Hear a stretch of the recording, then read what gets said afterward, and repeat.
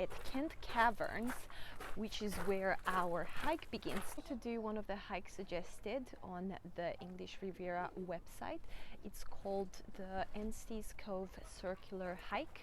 I gotta say, the last time we went on a hike together was in LA. We hiked to the Hollywood sign hike and we were severely unprepared. Although we had decent clothing and shoes, we only had like half a liter of water per person and it was really hot. It wasn't great. Oh yeah, I should also be careful, not just talk. But now we have like 2 liters of water, actually 3 liters of water. Good clothing. We have head coverings, so it should be all safe. The only thing that I probably failed at was wearing new shoes. I'm wearing Converse style shoes, so not the best for hikes. It's a bit muddy and I think I'm already feeling like I'm gonna get some blisters. So just note, you should wear like maybe hiking shoes. It's very muddy. Yeah. My white trainers are gonna have to suffer. But let's see, this should be a scenic walk. It's what they've advertised. You're going to come along with us, and if you are interested in hikes, the English Riviera website, I'll drop the link in the description. They have, I think, 10 different hikes and they're all ranked in terms of difficulty. So they have family friendly, they have light, they have moderate, and they have difficult. Yep. Watch out. Great job, me. Not particularly scenic at the moment, but once we're out of the woodlands, which is the first part of the trail, we should get to the coast and we should see like the sea on the right. There should be like a grass area. Okay, less talking now and more hiking. Gotta preserve my energy. Holly's premium tips so far. Number 1, don't wear new shoes. Number 2, don't wear white shoes. Number 3, don't wear sneakers. If you can, wear either more solid sports shoes or hiking shoes. Now, number 4, before you venture out, make sure you know where they're going, because we had to turn back 5 times. Oh my god, babe, I'm already seeing some of the scenic. Okay, that's gonna be worth everything. Anyway, so the English Riviera website, as useful as it was, thank you English Riviera website, wasn't very specific on where the hike starts. So it says it starts at Kent's Cavern, which is a 23-minute walk from Hampton by Hilton, where we're staying. Now we walked there and we went straight to the caverns, and then we saw a path and we took it thinking that, oh, that must be it. Well, no, no, it's not that easy. We get there and we find like cars, and we were like, this doesn't look like a scenic walk. There shouldn't be a road, there shouldn't be cars. So we asked someone, who's like, oh no, you have to go back to the car park down the stairs. Well, guess what? We didn't see any stairs. So we go back to Kent's Cavern. We ask the guy at the souvenir store, and we find out that we weren't going the right way. Then we see someone else who says, oh no, you have to go this way. And then another person said, no, you have to go that way. Then at the end, we found this lovely couple who finally point us in the right direction. So now it looks more promising. Go us! We did it. First hike, you know, learning.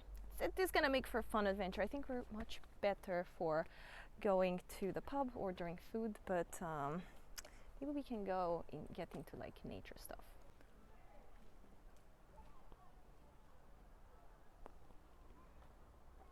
You can see the sea on the left. That's a very good sign.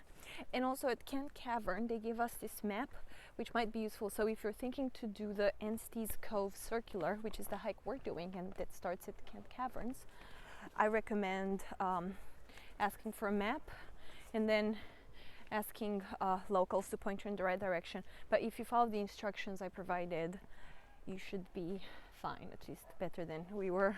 They do have signs. Once you're in the woodland, keep walking straight on the path, and then you'll see signs that you have to follow. Follow the acorn for the scenic route to Anstey's Cove and Hope's Nose. We're starting to harvest the fruit of our labor, and we're starting to get a nice view of the turquoise sea of Torquay. We're starting to get a view of the turquoise sea of Torquay. Turquoise Sea of Torquay. Turquoise Sea of Torquay.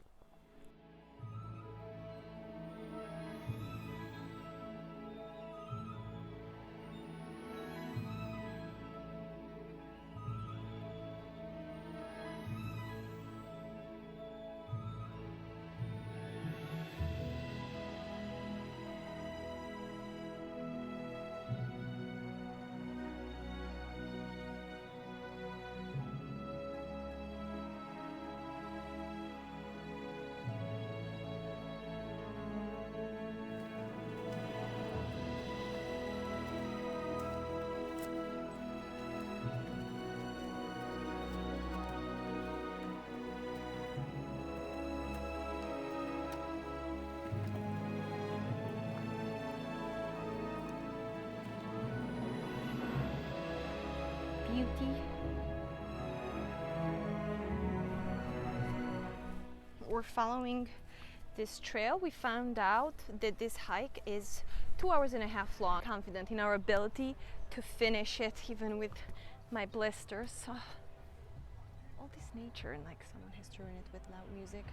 So the woodland trail will lead you up to an affluent neighborhood on top of the hill with great views over the seaside, probably costing like a couple million per house. But then from that neighborhood, you'll see a sign for public footpath. You follow that, and then you end up at this sign with an acorn, which is pointing to go straight ahead. Here, we're going to head right over there, and then follow that path down and getting closer to the beach, hopefully. So this trail, we were wrong. It's, I don't think, part of our main hike, but if we are to go down this route, we're going to that little stone, little piece of land that's just stone right by the sea, and that's a good place if you want to see seals. We're thinking whether we want to take a detour and go over there, or if we want to go straight ahead, because if we go straight ahead down there, it's a circular. It's called the circular path. So it should take us right back into Torquay. Decided to go for the detour. Go by Hope's Nose. Hopefully see some seals. Did to Hope's Nose, so that right there behind me, right, that's the nose. We're gonna go down that way, and then we're gonna go just there on the side where those people are fishing, see if we can spot any sea life. We've been told that seals would normally sunbathe on these rocks. Unfortunately, we weren't able to spot any wildlife. Something tells me that August may not be the season for it, but I'm no marine biologist. If you're planning to do some sightseeing and hoping to spot wildlife, I recommend reading up before you go what are the best months to do so.